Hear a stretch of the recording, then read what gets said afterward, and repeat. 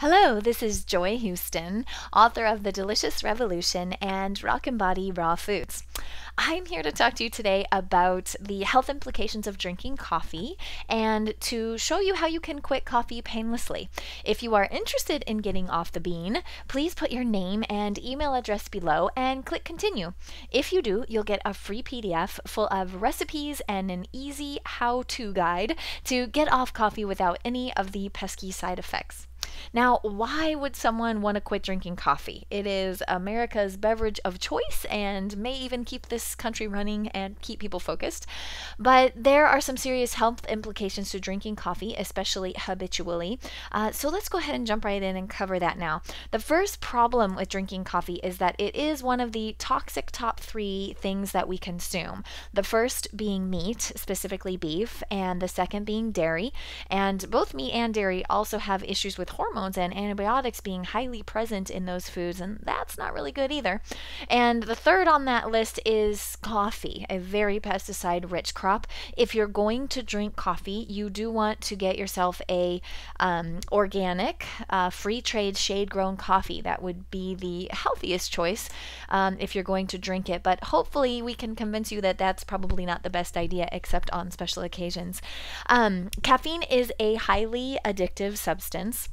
And it's generally consumed with a lot of sugar and fats. So not only is our body going to be dealing with the ups and downs of caffeine levels in our blood, it's also going to be dealing with crazy blood sugar swings and the drops that go with it, which just leaves us very moody, and it puts us on this energy roller coaster that we really do not need to be putting our body through. If you have anything like anxiety or serious stress conditions, coffee is going to amplify all of that and make it physiologically more intense for your body to be dealing with those emotions. So definitely not the top choice. But the biggest thing that we would like you to understand, that I would like you to understand, is how extremely acidic coffee is. Now, what does that mean? It's acidic. That sounds like something from a high school science lab, right? Well, you're right. The pH scale is something you probably covered in school in science. And let's talk for a minute about how the pH scale, how foods that we eat are reflected on this pH scale. Well, coffee is very acidic. Refined flours and sugars and processed foods and alcohol, meat, cheese, soda, all of these things fall on the very acidic end of the range. And a lot of foods that are healthy for us, especially greens and fresh vegetables, tend to fall on the very basic side of that scale. So you might be thinking, okay, well, so I have a coffee in the morning and then I have a salad for lunch. That's a one-on-one sort of canceling each other out type of equation. Unfortunately, that is not the way that acids and base work. It takes many more parts base to neutralize acid. So much so that if you wanted to continue eating these acidic things, you would have to eat greens day and night until you were green in the face, and you just don't consume that much food. So we need to get our acidic food consumption under control because our blood really needs to be at about 7.365. And the best way to do that is to consume a diet that is rich in healthy whole foods in lots of fresh leafy greens. Now, let's look at blood when it's at that 7.365 and when it's not, so that you can visually see the difference.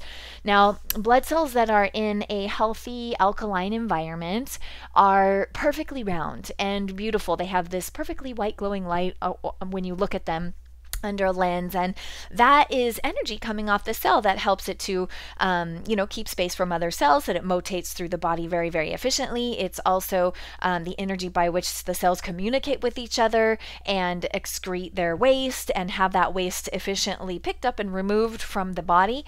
And that's the way that they should be. There's beautiful, whole, and rich sort of looking cells. Now, when they're in an acidic environment, they start to look a little bit crazy. They start to sort of tweak and adjust and try to survive in this acidic environment, and they stop communicating well. They're not perfectly round, so they don't motate through the body as well, and they are certainly not removing their waste from the body nearly as efficiently, and that waste that stacks up in the body contributes to even more acidity. Now, if I'm acid at the cellular level, at the blood level, how is that going to manifest in my body? What am I going to see in the mirror? How am I going to be feeling? Well, one thing that the body can defensively do when you're acidic acidic is hold on to fat. That spare tire that you've got and that big booty that doesn't fit in your jeans may very well be saving your life, because if the body stores the acid in excess fats, it's not going to harm your sensitive tissues and organs. So it may very well be saving your life. Now, another thing it can do is it can neutralize that acid with a base. And how about a skeleton full of calcium to do the job?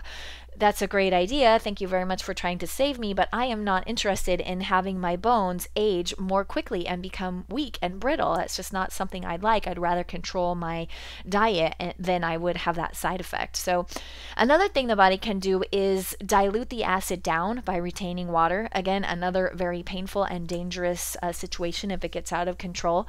It can also keep lipids in the bloodstream. Now, if your blood is very acidic, the lipids in the blood, it's actually raised cholesterol. It serves to protect the pathways of our blood, which is good. We don't want them getting thinned or certainly breaking down. So again, that's a very great thing that the body is doing to help us survive, but a very dangerous thing. High blood pressure, heart disease, stroke, all these things can come from too much high cholesterol and buildup of plaque on the blood walls. Another thing that the body can do is the cells can mutate to survive in this environment, but another word for mutated cells is cancer.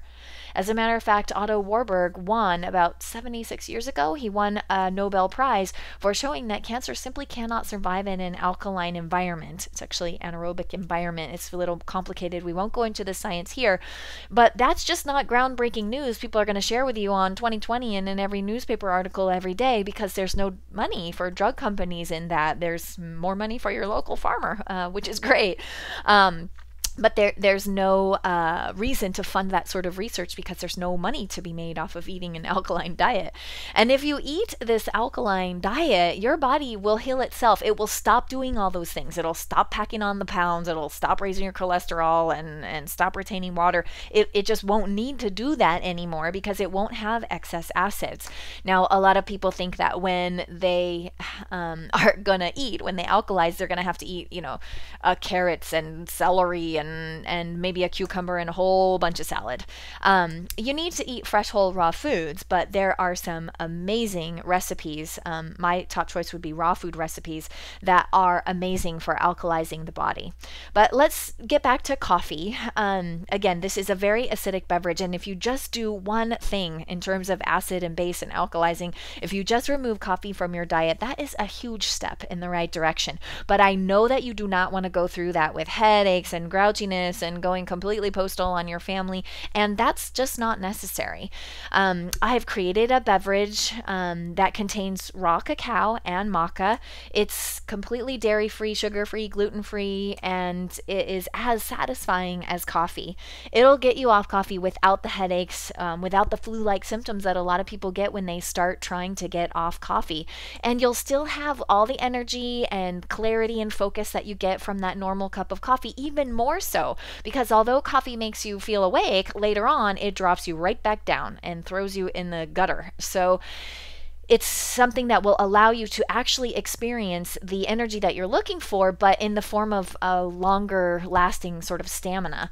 So all in all, you need to cleanse and you need to alkalize your body. I have a book that can definitely help you do that if you're interested in doing that. It's a 14-day raw cleanse, walks you through the whole thing, recipes, menu list, the whole 9 yards.